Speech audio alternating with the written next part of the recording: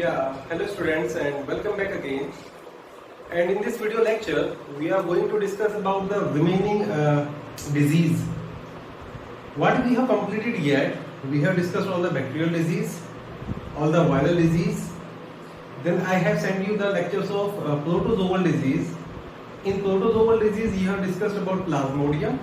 Plasmodium infection causes malaria. What are the different types of malaria? Then there was a video of Entamoeba histolytica in which we have discussed amoebiasis. So two major protozoal diseases are malaria and amoebiasis. There are more protozoal diseases which are known to infect human, like giardiasis is there, or trypanosomiasis is there, or leishmaniasis is there, or trichomoniasis is there. These diseases you have discussed earlier on, like trypanosomiasis and leishmaniasis is discussed in the 11th class in the topic protozoa. Trichomoniasis has been discussed in STDs. So first I will be giving you a brief review about this disease. Later on comes Helminth disorder. And Helminth disorder we have covered in our class 11. So I will be giving you a brief overview over Helminth disorder here. We have detailed videos on Helminth disorder in the section of animal kingdom, life cycle of Ascaris and Ascariasis and other worms which have been causing infection to human, the roundworm section, as well as I have made video on the life cycle of Taenia solium, so you can learn from Taeniasis and Cysticercosis from there. I will be adding a brief here. In this lecture, the major focus would be about the ringworm, about the fungal infection or ringworm infection. So first I will be telling you about the protozoal disease which you have to learn. I will be giving you a brief only, and you have discussed those protozoal disease earlier on. The first protozoal disease, let's say we have discussed about malaria caused by Plasmodium. I am not going to repeat it. Amoebiasis caused by Entamoeba histolytica, not going to repeat it. Third one is a kind of diarrhea. The third protozoa infection, that is caused by flagellated protozoa. The name of disease is giardiasis.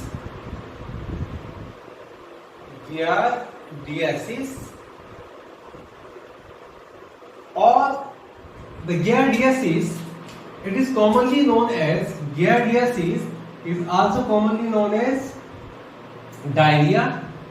Diarrhea is that when you have been passing a frequent water like fecal matter, water like stool. Diarrhea.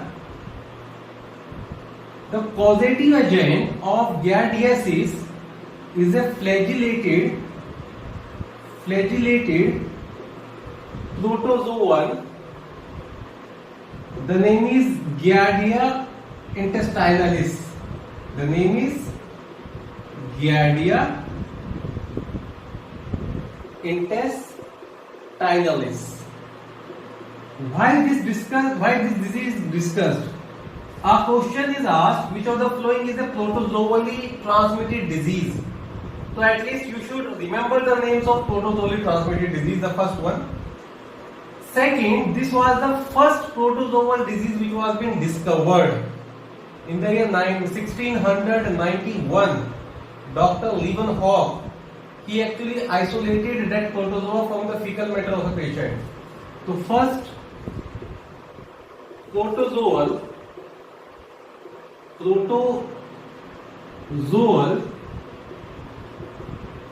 human infection reported was giardiasis. Now this disease, the mode of transmission of that pathogen is via fecal-oral route. The incubation period is about 2 to 3 days. Let's say 2 to 3 days. This protozoa, coming on pathogenesis part, this protozoa inhabit in the small intestine, not in large intestine. Entamoeba histolytica was causing pathogenesis in the large intestine area. And this protozoa, it inhabits generally in the duodenum and jejunum of small intestine. It mainly inhabits in duodenum and jejunum of small intestine, and it interfere with digestion and absorption of food. It interferes with digestion and absorption of food. So eventually the patient is having some kind of digestive problem, and that disease is characterized by frequent passage of watery stools, and we commonly call that diarrhea. So generally, in order to treat giardiasis, they have been using certain anti-protozoal drugs as well as a lot of oral rehydration therapies. Is that clear? So you have to remember that giardia or giardiasis is another protozoal disease. Moreover, don't forget to mention about trypanosomiasis and leishmaniasis here. Two more protozoal disease which are commonly asked. Are trypanosomiasis and leishmaniasis. Trypanosomiasis, there are two types of trypanosomiasis which you have learned in your class level. One was African and second was American. African trypanosomiasis and American trypanosomiasis. And American trypanosomiasis is commonly known as, this is, I really want you to remember guys, ये छगास disease के बारे में कई बार question पूछा है कि which of the disease is referred as Chagas disease. Simple answer is trypanosomiasis. और कौन सा ट्राइफिनोसोमियासिस? अमेरिकन ट्राइफिनोसोमियासिस. जो अमेरिकन ट्राइफिनोसोमियासिस है वो कॉज होता है बाय प्रोटोजोआ ट्राइफिनोसोमा क्रूजी. ये ना प्रोटोजोआ में डिस्कस किए हुए हैं आपने क्लास लेवल में, इसलिए मैं ज्यादा डिटेल में नहीं जा रहा हूं इसके. Other name of trypanosomiasis is sleeping sickness.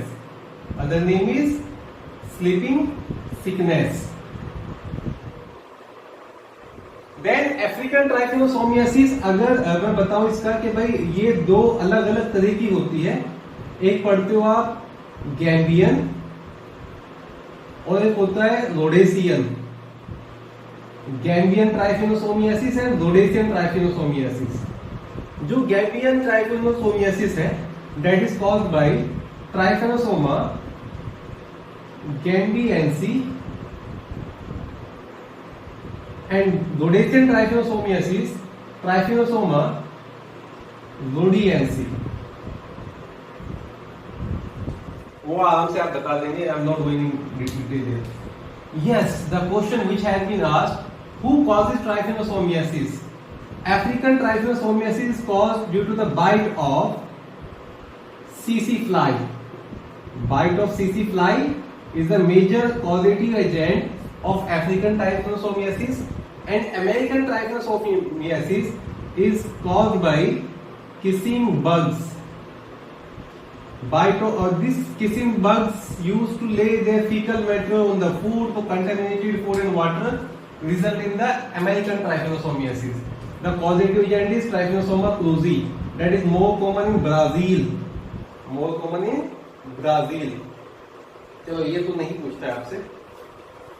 तो trypanosomiasis is also known as sleeping sickness. Why it is known as sleeping sickness? The reason being, ये जो trypanosoma होता है, जो पैथोजन है, it lives in your blood, and from blood it enters in your cerebrospinal fluid. जितने भी blood brain barrier है उनको ये क्रॉस कर सकता है. So after crossing all the blood-brain barrier, it goes to cerebrospinal fluid and eventually it affects our brain cell.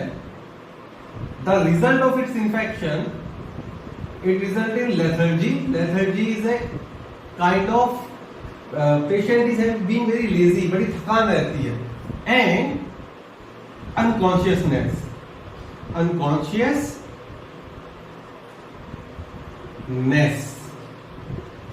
तो lethargy और अनकॉन्शियसनेस होने की वजह से इस डिजीज को स्लीपिंग सिकनेस भी कहते हैं।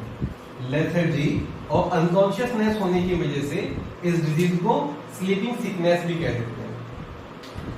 ठीक है, तो मलेरिया, अमीबायासिस, दो डिजीज जो डिटेल में थे उनकी डिटेल वीडियोस आपको मिल चुकी है। बाकी फिर याद रखना है ऑन द रिवीजन पर्पस के प्रोटोजोआ में आपने कौन कौन से इन्फेक्शन पढ़े थे। गियार्डियासिस पढ़ते हैं, वहां पर ट्राइकिनोसोमियासिस पढ़ते हैं, एक और होता है लेशमेनियासिस,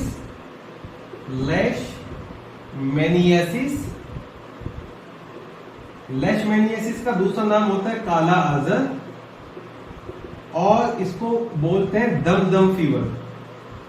दम फीवर इसलिए बोलते कि दम निकल जाता है इस फीवर में, नहीं, दम फीवर बोलते हैं। कोलकाता में एक जगह थी दमदम, और वहां पे सबसे पहला पेशेंट जो है वो ट्रीट हो रहा था, तो वहीं से नाम आया दमदम फीवर का। काला अजर इसलिए बोलते हैं कि वो खूब सारा आरबीसी ब्रेकडाउन होता है, ब्लड ऑलमोस्ट डार्क और ब्लैक इन कलर। तो जो लेशमेनियासिस है that is caused by Leishmania, a protozoa, Leishmania donovani, और ये जो प्रोटोजोआ है ये by the bite of sand fly आता है, by the bite of sand fly, फैलीबोटोमस।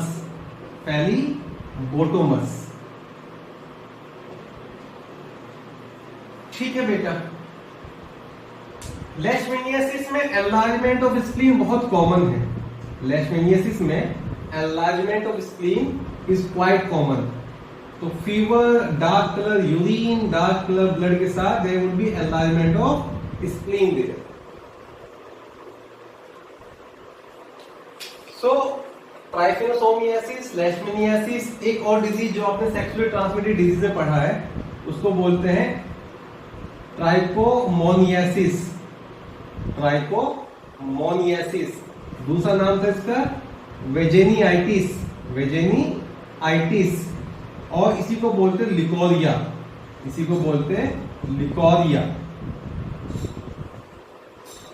Trichomonas vaginalis जो कॉज कर रहा था। ये डिजीज ट्रांसमिट होती हुआ है sexual intercourse.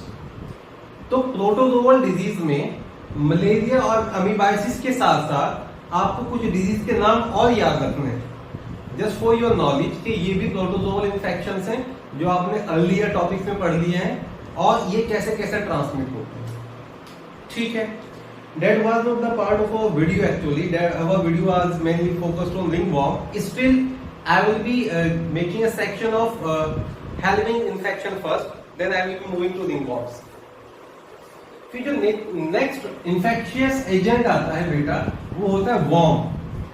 Next infectious agent, bacteria पढ़ लिया, वायरस पढ़ लिया और प्रोटोजोआ पढ़ लिया।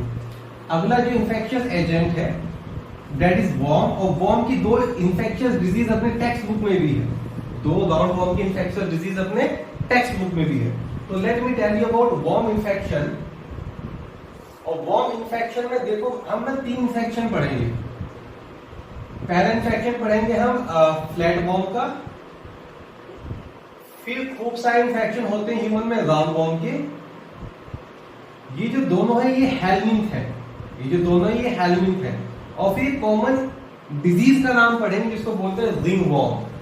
रिंगवर्म हेलमिंथ कॉज नहीं करता है, रिंगवर्म फंगस कॉज करते हैं, वो फंगल इन्फेक्शन। तो फ्लैट वर्म में ह्यूमन में कौन कौन सा होता है? फर्स्ट इज टीनियासिस और टीनियासिस एंड सिस्टिसर्कोइसिस, ये दो मेजर है। जिन बच्चों ने क्लास 11th में टीनिया सोलियम का लाइफ साइकिल नहीं पढ़ा है उनसे आई विल सजेस्ट कि आप ना एनिमल किंगडम वाले सेक्शन में जाके, प्लेलिस्ट में जाके टीनिया सोलियम का लाइफ साइकिल पढ़ें और टीनियासिस और सिस्टिसर्कोइसिस का फर्क भी समझें वहां से। क्लास 11th में जिन बच्चों को ये लाइफ साइकिल मैंने पढ़ा दिया था उनको रिवीजन करने की जरूरत है, तो मैं यहाँ पे ज्यादा डिटेल में नहीं जाऊंगा। टीनियासिस दो तरह का होता है, दो पॉजिटिव अलग अलग एजेंट है। एक पॉप टेपवर्म होता है जिसको बोलते हैं टीनिया सोलियम, और दूसरा होता है आपके पास बीफ टेपवर्म जिसको बोलते हैं टीनिया सैगिनेटा। सिस्टिक सर्कोइसिस भी टीनिया सोइलियम से ही कॉज होता है। सिस्टिक सर्कोइसिस के केस में ह्यूमन सेकेंडरी होस्ट बन जाता है एक्सीडेंटल। सिस्टिक सर्कोइसिस के केस में कंजक्टिविटाइटिस भी हो जाता है और एपिलेप्सी, मिर्गी के दौरे पड़ने लगते हैं। तो cysticercosis is very very dangerous then taeniasis. Taeniasis एक तरह से बैड स्टमक वाली डिजीज है कि एब्डोमिनल पेन होगा, देन एब्डोमिनल डिस्चार्ज जो है वो इंडाइजेशन का प्रॉब्लम हो जाएगा। तो इंडाइजेशन एंड एब्डोमिनल डिस्कम्फर्ट दो क्लासिकल सिम्टम होते हैं टीनियासिस। तो फ्लैट वॉर्म में पहले taeniasis and cysticercosis I am mentioning here, refer to videos of taenia solium life cycle, you will be getting the concept of both these. फिर एक होती है ब्लड वॉर्म से, उसको बोलते हैं बिलहार्जिया और सिस्टोसोमियासिस। जो सिस्टोसोमा होता है उसको बोलते हैं ब्लड फ्लू, तो ब्लड फ्लू कॉज करता है बिलहार्जिया और सिस्टोसोमियासिस। ये भी डिस्कस है उस वीडियो में और आपके क्लास 11 के सिलेबस में। देन एक फेसिलोप्सिस बस्काई होता है जो इंटेस्टाइनल फ्लूक है। फेसियोलॉप्सिस बस्काई which is also known as intestinal fluke, that causes fasciolopiasis in human।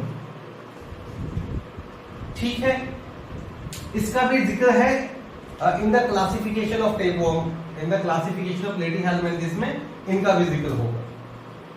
अभी तो सिर्फ ये याद रख लें आप कि टीनियासिस, सिस्टिक सर्कोइसिस एंड सिस्टोसोमियासिस तीन क्लासिकल बीमारी है जो फ्लैट वॉर्म करते हैं ह्यूमंस को। जब राउंड वॉर्म की कंडीशन पे आते हैं तो राउंड वॉर्म का पहला जो बीमारी है दैट इज एस्केरियासिस। एस्केरियासिस का भी एक अलग से वीडियो बना के रखा हुआ है जो एनिमल किंगडम में मिलेगा, लाइफ साइकिल ऑफ एस्केरियासिस पर, आप वो देख लें। और उसके बाद जो जो चीजें याद रखनी है वो मैं यहाँ मेंशन कर देता हूँ। एस्केरिस का जो पॉजिटिव एजेंट है ना, दिस इज नवा एनसीईआरटी, तो उसको मैं थोड़ा सा बता दूंगा। वो होता है एस्केरिस लम्ब्रिकॉइडिस। जो एस्केरिस लम्ब्रिकॉइडिस होता है वो एक मोनोजेनेटिक पैरासाइट होता है। इसका एक ही होस्ट होता है, that host is human only, इसका कोई सेकेंडरी होस्ट नहीं है। देन जो इन्फेक्टिव स्टेज है, मोड ऑफ ट्रांसमिशन क्या होता है इसका, it is transmitted bye contaminated food and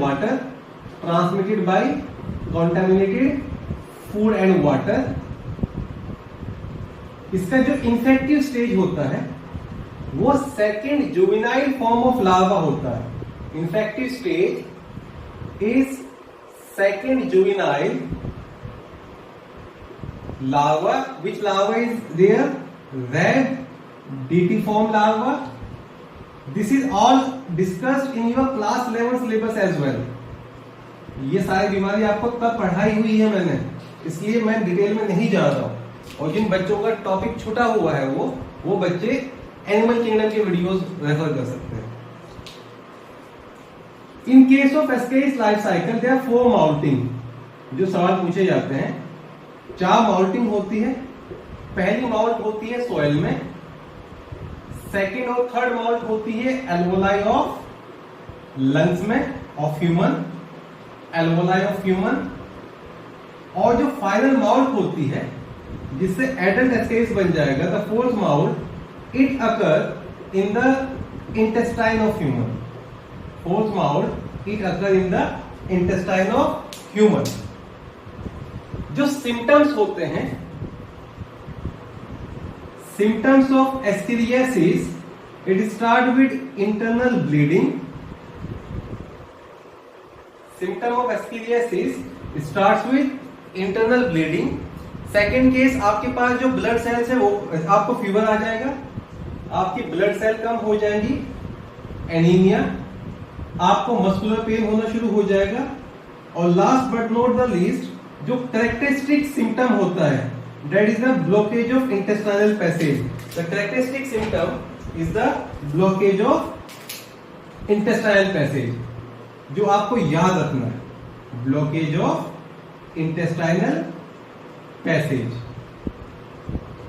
बताया था आपको कि भाई एक साथ 5000 वॉर्म तक इंटेस्टाइन में ब्लॉक हो जाते हैं सर्जरी के बाद। जो वॉर्म्स निकल के आते हैं, they look like the bowl of a noodle. Then ascariasis के ट्रीटमेंट के लिए जो जो ड्रग यूज कर रहे हैं उनको लेके भी सवाल पूछा जाता है। तो एक सिंपल सा बताया था, ABCD याद रख लेना है। एस्केरियासिस ज्यादा कॉमन किसमें होता है? चिल्ड्रन में और फीमेल्स में। रीजन बीइंग वो ज्यादा कॉन्टामिनेटेड एरिया से एक्सपोज रहते हैं। तो ट्रीटमेंट के लिए A4 एल्कोहल था, B4 Bentex, C4 शिनोपोडियम। Oil of Chenopodium is quite effective in the treatment of ascaris, and D was D. wallis। तो ये एस्केरियासिस के बारे में बहुत ही ब्रीफ में हो गया। एस्केरियासिस का लाइफ साइकिल जिन बच्चों ने नहीं पढ़ा है वो 2 वीडियो देखें। देन एक और राउंडवॉर्म इन्फेक्शन यहाँ पे एनसीईआरटी में मेंशन है हमारी, दैट इज कॉज्ड बाय बुचेलेरिया, उसको बोलते हैं filariasis. The name of that infection is filariasis. जो फिलेरियासिस है दैट इज कॉज्ड बाय बुचेलेरिया बोनकोलॉफ्टी, इसका भी आपको वीडियो मिलेगा, एज वेल एज बुचेलेरिया मेलाई। इसका जो पॉजिटिव एजेंट होता है that is the bite of a mosquito, and which mosquito transmit filarial worm, इसका कॉमन नेम होता है फिलेरियल वर्म। जैसे अगर आपसे कोई एस्केरिस का कॉमन नेम कभी पूछ ले, एस्केरिस का कॉमन नेम क्या होता है? Giant intestinal worm. एस्केरिस का कॉमन नेम होता है giant intestinal round worm. Okay, come back here. तो फिलेरियल वर्म का इन्फेक्शन कॉज करता है filariasis. It is transmitted by the bite of culex mosquito, by the bite of culex mosquito.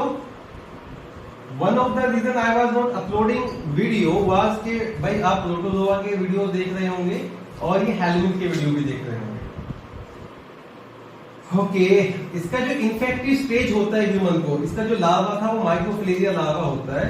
तो third juvenile stage of microfilaria larva is infective to human.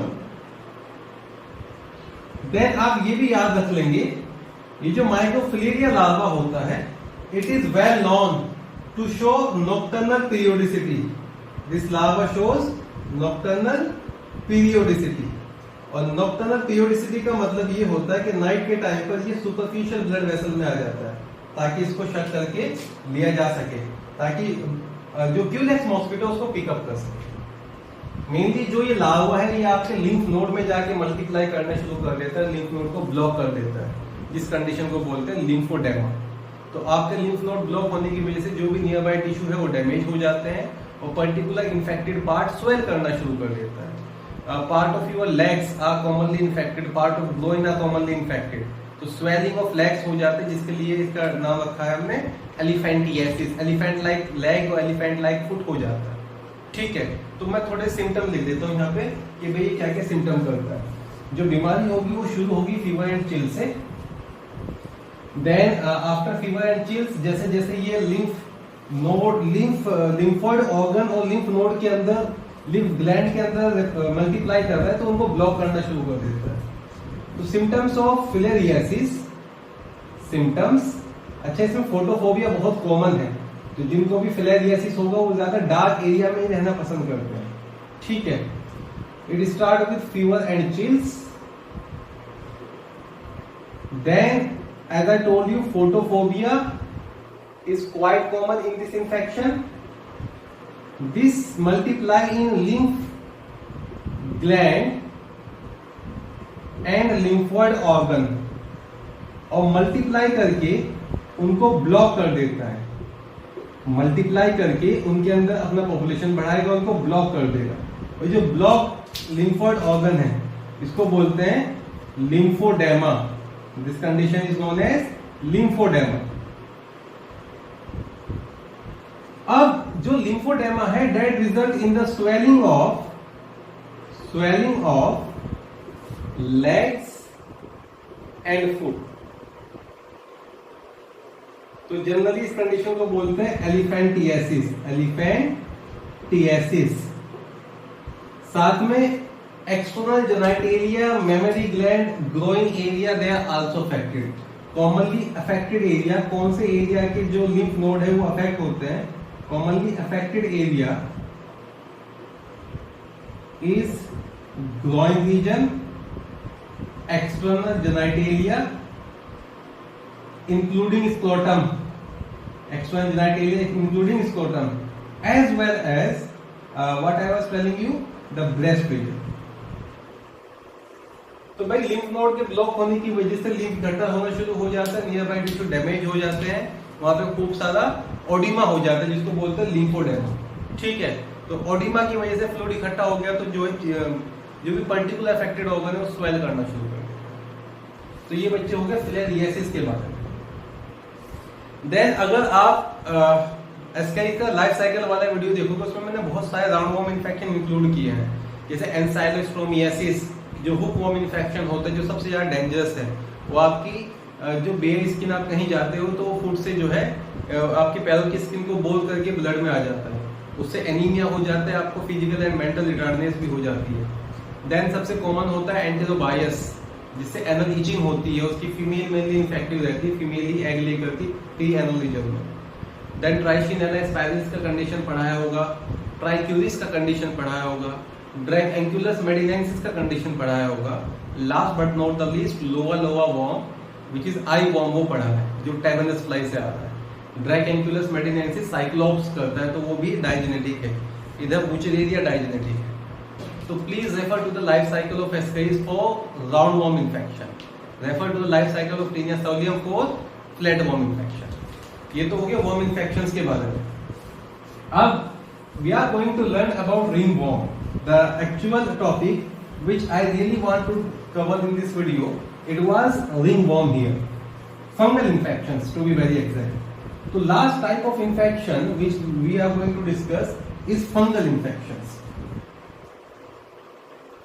Okay, इसमें ज्यादा कुछ नहीं पढ़ना है, कुछ टर्मिनोलॉजी है जो याद रखनी है आपको. फंगल इन्फेक्शंस का दूसरा नाम होता है रिंगवॉर्म.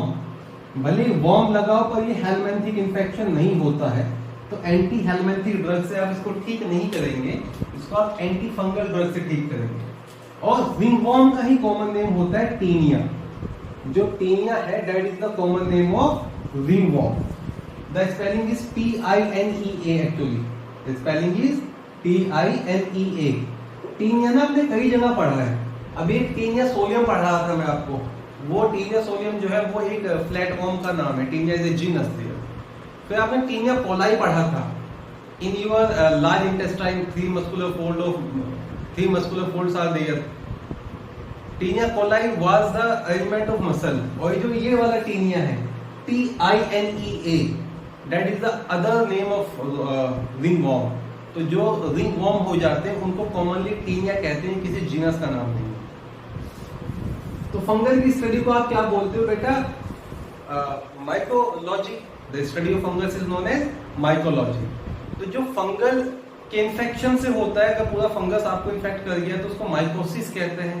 और फंगल टॉक्सिन से अगर कोई कंडीशन हो गई उसको टॉक्सिकोसिस कहते हैं या माइकोटॉक्सिकोसिस कहते हैं. So mycotoxicosis is due to the toxins of fungus and mycosis is due to complete fungus. ठीक है.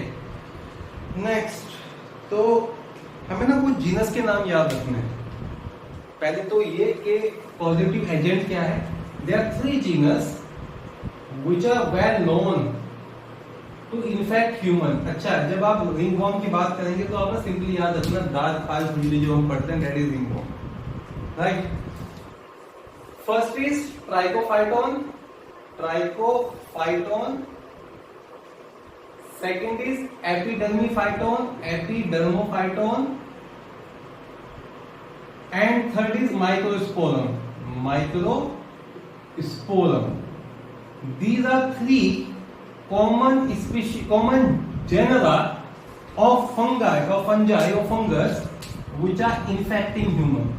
So three commonly infecting genera. Three genera which are commonly infected. It is one of the most infectious disease in human.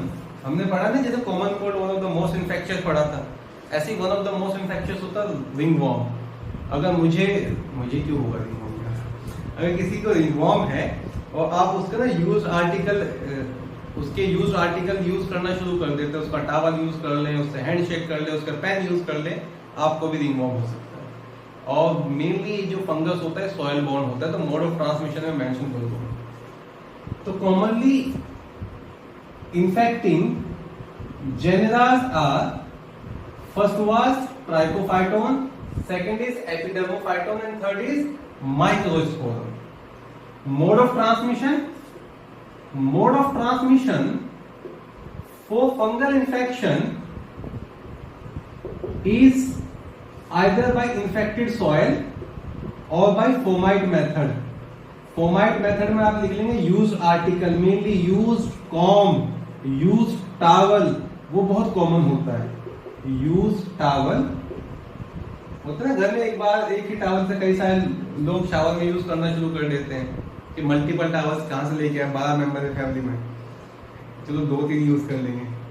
या फिर use जो com होते हैं, corms तो मुझे बहुत ही कम लगता है, मतलब लड़कों में तो शायद ही कोई अलग अलग यूज करता होगा, आधे तो कॉम करते ही नहीं है. Okay, Lokesh would not mind this thing. Alright, तो जो यूज आर्टिकल्स हैं, जो सॉइल है, वो आपका मोड ऑफ ट्रांसमिशन में होता है. इंक्यूबेशन पीरियड वेरी करता है 3 days to 7 days, like up to a week incubation period हो सकता है. Incubation period it can vary from 3 days to 7 days. Now common sign and symptom क्या होते हैं? Common sign and symptom, rashes होने शुरू हो जाते हैं और जो लीजन्स बनने शुरू हो जाते हैं. To be very exact, skin जो लीजन्स है उसमें रैशेस बन जाएंगे, वहां पे इंटेंस इचिंग आनी शुरू हो जाएगी. तो जब आप बात करते हैं कि what are the common sign and symptom of ringworms, आप लिखेंगे appearance of dry scales in dry scaly lesions, इसी को बोलते हैं दाग, राइट? इन स्किन, जो भी स्किन के रप्चर्ड एरियाज है वहां पर, या फिर it can occur on scalp, it can occur on your hair follicle, it can occur on your nails, etc. So first is appearance of dry scaly lesions in skin, scalp, hair follicle, nails, etc. Second, जो fungus है उसकी growth बढ़ती है with the heat and moisture. जो fungus है उसकी growth, और growth के साथ साथ ये आपके स्किन के जो भी एरियाज है, मेनली जो ग्रोइंग रीजन होता है वहां पर, जो आपके टोज के बीच में जो एरिया है वहां पर ये ग्रो करना शुरू कर देता है. सेकंड पॉइंट मैं लिख रहा हूं, moisture and heat enhance growth in growing area और बिटवीन टोज. ये टोज वाला केस ने बहुत ही कॉमन है. जब ग्रोइंग एरिया टोज वो एरिया है, फॉर एग्जांपल आप सुबह सॉक्स पहन के आ गए, और आई एम नॉट सेइंग कि वो सॉक्स कल किसी और ने पहने थे, लेट्स से आप इन्फेक्टेड हो या सॉक्स आपके इन्फेक्टेड है, तो शाम तक आपने पूरे दिन आप काम पे हो, स्कूल में हो, वो सॉक्स आपने पहने हुए हैं, तो जो भी वो एरिया है वहां पे मॉइस्चर और ये आपके स्वेट ग्लैंड की वजह से मॉइस्चर या फिर हीट जो है वो एक्यूमुलेट होना शुरू हो जाता है, और जो भी आपके ये टोज के बीच में जो भी ये एरिया है यहाँ पर ये रिंगवॉर्म होना शुरू हो जाता है, टीनिया होना शुरू हो जाता है. ठीक है, ग्रोइंग एरिया का भी सिंपली अंडरगारमेंट्स वाला वही कंसेप्ट. नेक्स्ट, अब आपको मैं बताता हूं इनके ना ट्राइकोफाइटोन कहां इन्फेक्ट करता है. ट्राइकोफाइटोन तीनों एरिया में इन्फेक्ट करता है. It infect your hair, it infect your nail, it infect your skin. जो एपिडर्मोफाइटोन है वो इन्फेक्ट नहीं करता है ऑन हेयर्स, और जो माइक्रोस्पोरम है वो इन्फेक्ट नहीं करता है ऑन नेल्स। तो कुछ ऐसे करिए कि भाई कौन कौन से जो जेनरा है वो कौन कौन से एरिया में कॉमनली इन्फेक्ट करते हैं, और उनका कौन सा स्पीशीज सबसे ज्यादा इन्फेक्शन है उसका नाम लिख देता हूं। You got my point what I am telling you. In genera का कौन सा स्पीशीज सबसे ज्यादा इन्फेक्शियस है उनका मैं आपको नाम लिख देता हूं। ओके, ट्राइकोफाइटोन से शुरू करते हैं।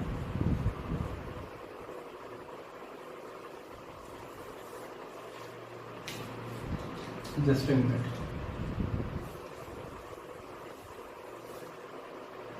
Have you ever suffered from that trichophyton infection? Anybody? So let us start with trichophyton. Trichophyton rubrum. Trichophyton rubrum is the most dangerous species of genera Trichophyton, and it affect all. Or I will mention it affect hair, it affect nails, and it affect skin, all the area, right? Epidermophyton floccosum. Epidermophyton floccosum, it affect nails and skin, but not hairs. Epidermophyton affect nails and skin but not hairs. And Microsporum cruris, it affect hairs and skin but not nails. अगर आपसे in general की कुछ species के बारे में पूछा जाए, rubrum, floccosum and cruris, these are the three major one, कहां अफेक्ट करते हो, कहां अफेक्ट नहीं करते हैं, ये आप याद रखिए। कहां ये अफेक्ट कर रहे हैं और कहां अफेक्ट नहीं कर रहे हैं, ये आप याद रखिए। फिर एक छोटा सा एक ना आपके एनसीईआरटी में फोटो होगा कि उसमें ना पेशेंट का चिन्ह दिखा रखा है और उसका जो बियर्ड वाला एरिया वहां पे थोड़े से पैचेस हैं, वो क्लासिकल फोटो है आपका रिंगवॉर्म का। तो उस डिजीज को लेके रिलेटेड क्वेश्चन पूछ लिए जाते हैं। फिर आपके पास ना कुछ कॉमन केसेस होते हैं। They are certain common form of ringworm.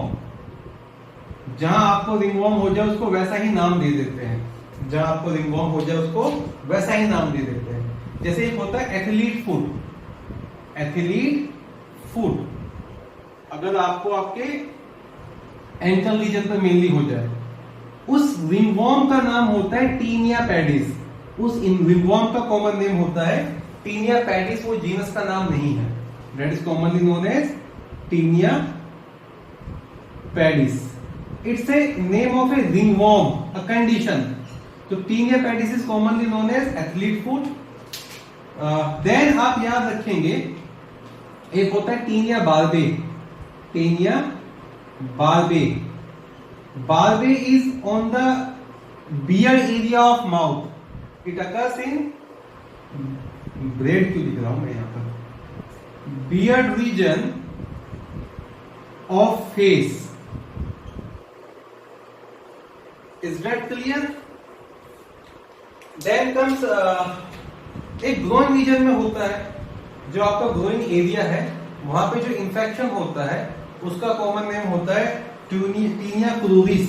उसका कॉमन नेम है, दैट्स वेरी क्रूअल, टीनिया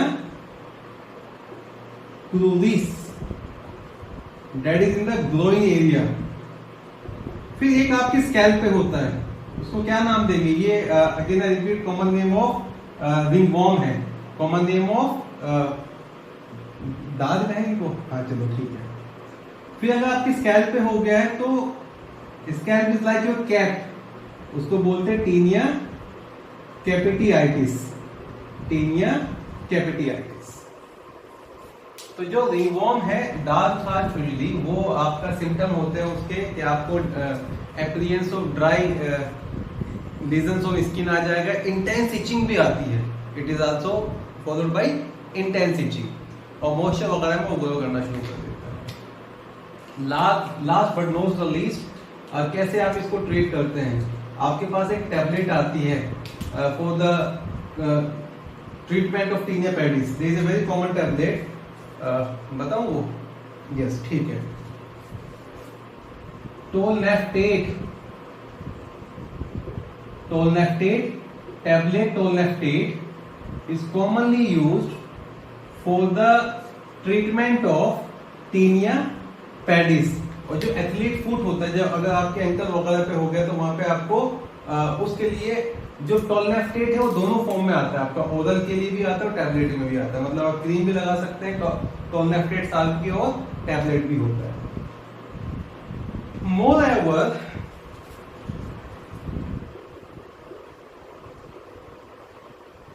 ग्राइजोफ्लूविन, ये नाम याद तो रखने की जरूरत नहीं है, वैसे ये पूछे नहीं जाते, मुझे भी सही से पूरा नाम याद नहीं है इसका। Griseofulvin is a anti fungal tablet which is commonly used for the treatment of ringworms. Griseofulvin is the anti fungal tablet, और जो सबसे कॉमन क्रीम आता है for the control of that worms, that is miconazole. जो miconazole है, that is the oral, that is a cream for oral application. Griseofulvin is the that is for your common antifungal tablet, and Tolnostate is again a common antifungal tablet used for tinea pedis or for athlete। तो बच्चे अगर रिंगवॉर्म्स वगैरह के बारे में पूछे तो please इन तीनों जीनस का नाम याद रख लेना, सिम्टम याद रख लेना और फोटो याद रख लेना। तो एक छोटा सा पार्ट और आता है कि आप कैसे ना डिजीज वगैरह को कंट्रोल कर सकते हैं। तो जो हाइजीन है वो बहुत इंपॉर्टेंट पार्ट लोग प्ले करता है। आपका पर्सनल हाइजीन भी होना चाहिए और पर्सनल हाइजीन भी होना चाहिए और पब्लिक हाइजीन भी होना चाहिए। पर्सनल हाइजीन तो आप बेहतर से समझते हैं, personal hygiene you better know. जब मैं पब्लिक हाइजीन की बात करूं तो आपके आसपास के जो एरियाज हैं उनको आपको साफ सुथरा रखना चाहिए।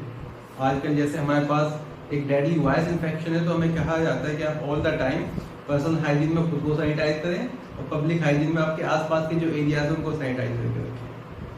देन अगर आपको ऐसी कोई डिजीज की बात है जो disease contaminated food and water से स्प्रेड कर रही तो उसको उससे बचें। आप इंश्योर करें कि आप जो भी फ्रूट्स वगैरह खाते हैं, जो रॉ फ्रूट्स खाते हैं उनको अच्छे से वॉश कर लें और जो भी कुक फूड है उसको अच्छे से कुक कर लें। अगर आपको कोई वेक्टर वगैरह का डिजीज होता है, जैसे मॉस्किटोज की जब बात करते हैं, तो आपके जितने भी एरियाज हैं इन्फेक्टेड एरिया उनको अच्छे से सैनिटाइज कर लें। वहाँ पे सैनिटाइजेशन का मतलब होता है कि आप कुछ फिशेज वगैरह ग्रो करना शुरू कर दें अपने पोन्स में, जो तुमने मलेरिया में भी पढ़ा कि भाई गम्बूशिया, ट्रॉट्स, मिनोज, ये लावासाइडल फिशेज होती हैं। कुछ प्लांट होते हैं, यूट्रिकुलेरिया प्लांट इज देयर, या फिर आप जितने भी गड्ढे हैं पानी के उसके अंदर डीडीटी वगैरह स्प्रे करना शुरू कर दें। डीडीटी स्प्रे से जो भी आपका मॉस्किटो का लार्वा होता है वो ब्रीथ नहीं कर पाता, वो एस्पाइजिएशन से मर जाता है। तो पानी इकट्ठा ना होने दें, जो भी आपके अपने कूलर वगैरह साफ करते रहें। ये जो कॉमन मेजर्स हैं, ये पैराग्राफ और होगा जो मैं नहीं लिखवा रहा हूँ because that is the theoretical part. उसमें हाइजीन के बारे में लिखा होगा और कैसे कैसे आप इन्फेक्शन से बच सकते हैं उसके बारे में लिखा होगा। तो this is for all the types of disease. अब आप अपने टेस्ट की प्रिपरेशन करेंगे और जो next lecture which we will be discussing, which will be learning, will be starting immunology. And immunology is very interesting. एक नया सा टॉपिक है, नई चीजें सीखने को, पर काफी मजा आने वाला है उसमें। तो 25 के बाद like 26 I will be uploading the immunology lectures. और good luck for your test, और इसको पढ़ते हैं आप, ठीक है। This is all for today, thank you.